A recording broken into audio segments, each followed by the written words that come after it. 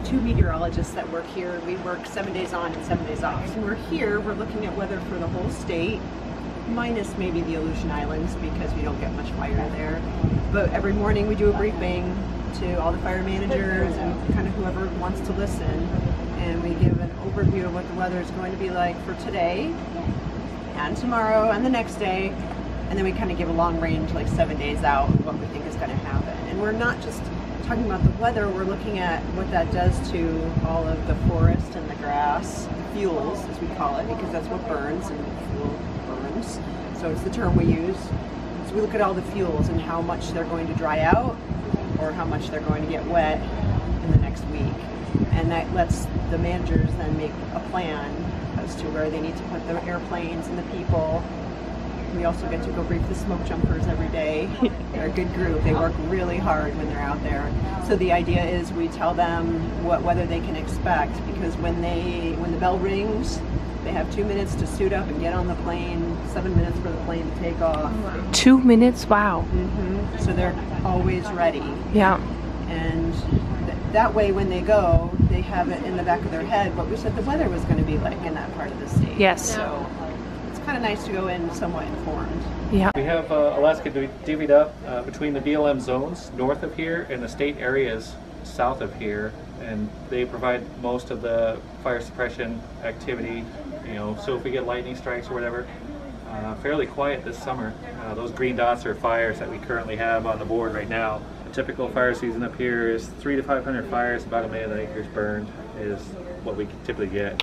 What'll happen is, say out northwest of here, Galena zone, out on the Seward Panhandle, if they get fires to where they cannot, can suppress them, yes, thank you, then they would, come to us to look for more help, basically, whether it's going to be Smokejumpers or fire crews or additional aircraft or anything like that.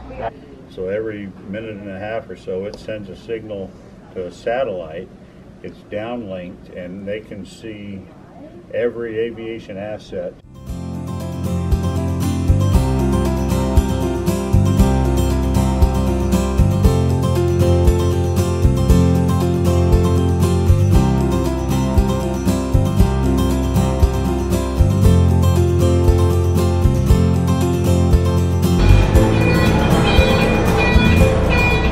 The warehouse, transportation, and small engine.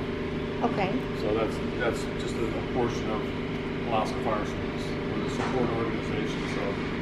So there's the coordination center that you were in, and then there's a smaller version of that, what they call for the zones. So we have within Alaska, Fort Yukon is up north. There's an outstation up there, and there's also one in Galena. So we take orders from all those places.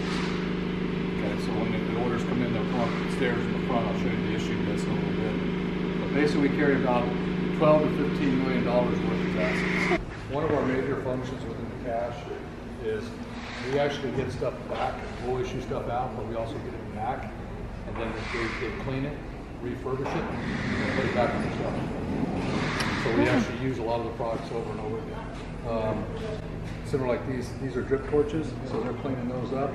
Those have to meet specifications, they have to be repainted, and then put them back on the shelves so we don't have to go bottom. So from the taxpayer standpoint, it's well sharpen these and say, well, is that cost effective? And say, well, aside from filling up the landfill, but we have to sharpen these. These become razor sharp. They'll clean them off, they'll hydraulic, high pressure. When Kevin was talking about the water hose, and when the hose goes out, the fire hose, and it comes back, just on the 2 fires that were up by Fort Yukon, there's over 7 miles of hose strung out. So the firefighter on the ground is probably one of the toughest jobs you can imagine. I mean, they work 14 hours, 18 hours. I mean, they're literally just, when you look at a Pulaski and they're cutting line, digging line, running hose, and then they bring all that fire hose back.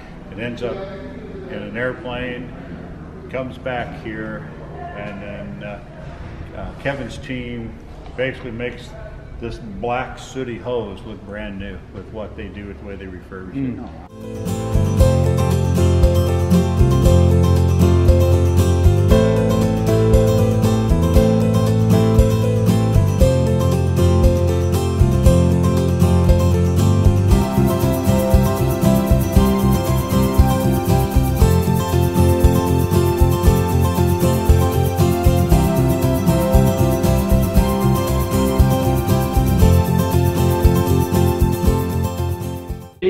tactically happens, goes through here. Operations kind of keeps the base running and makes sure that we all have what we need when we're in the field. And prior to going into the field, we also coordinate all the jump ships and things like that, and who's going to be on what airplane. So, and we also have to manage all the jumpers' days off. So there's a lot going on back here as far as tracking all of us and keeping as many jumpers available to the state as possible. So we have a 2-minute getaway, so we have to have all of our equipment on in 2 minutes and ready to go. So maybe they'll push the button while you guys are here. That'd be great. So we hang all of our gear on here, and I'll show you guys my gear since it's right here. So these are the ready racks. When that siren goes off, 8 of us will run over here really fast. A lot of us do things different. I have my reserve parachute and my line gear on the airplane. So that's our harness, and this is our main parachute. It's called Ram Airs, so it's kind of like a square parachute, not the big round ones. But this is what we jump nowadays. So this is the harness. This is what I pull to release the parachute. This is if I have any kind of malfunction, I cut away my main parachute and deploy my reserve parachute, which we wear on our chests. So the number 1 person that's on the top of the list, they're the jumper in charge, we call them. So they'll go into the airplane and they'll put the helmet on, and we can go out to the airplane, I'll show you as well. But they'll put the helmet on and they listen to all the radio traffic, and they know they're going to be in charge when we get onto the fire. It's just how it rotates. It's just whoever happens to be in the hot seat, however the list ends up working out. That's it. We don't assign a role or anything like that. So we generally try to get everyone a day off every 16 days-ish if we can. But we often work 20 days and then we get a 21st day off. Depending on the time of year, sometimes we'll have 4 airplanes. We just have 3 up here right now. So there's 4 ready racks because we could have 4 loads of folks ready to go. And that happens sometimes. We'll get 4 new fires and then we're empty. And then we're asking Boise or jumpers from down south to come up to fill our airplanes.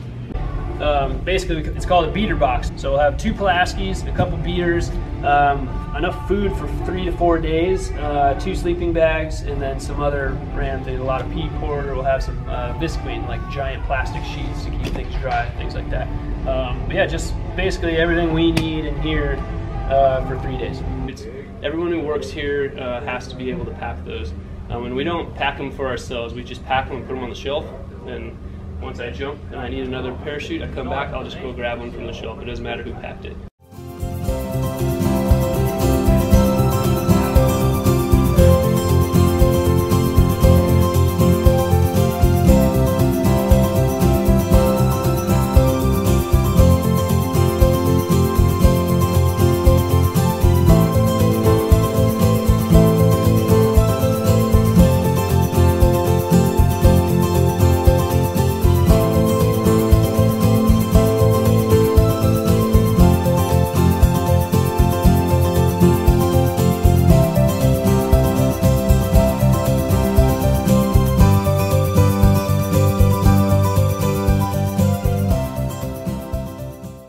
Say get ready, he exits the aircraft. As soon as he clears and is gone, the spotter who's standing here will lift his static line up out of my way, and then I just come in, sit back down, and then get set. He hits me and I go right after him.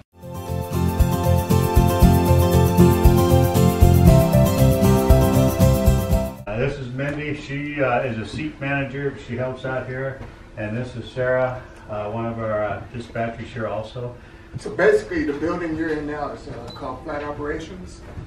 We do all the logistics flights for people going out to certain locations throughout the state of Alaska.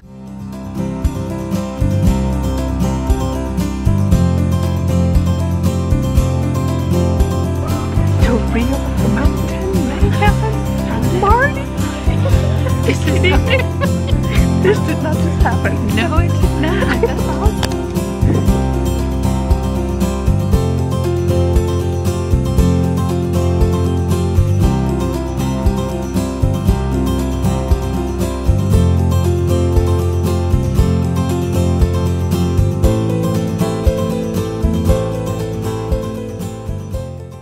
Aircraft these days are starting to go to what they call a glass panel.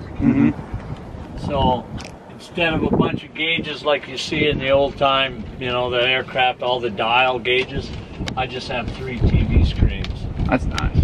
Yeah, and it's it took some getting used to, but it's pretty neat. There's a lot of information just on the TV screen.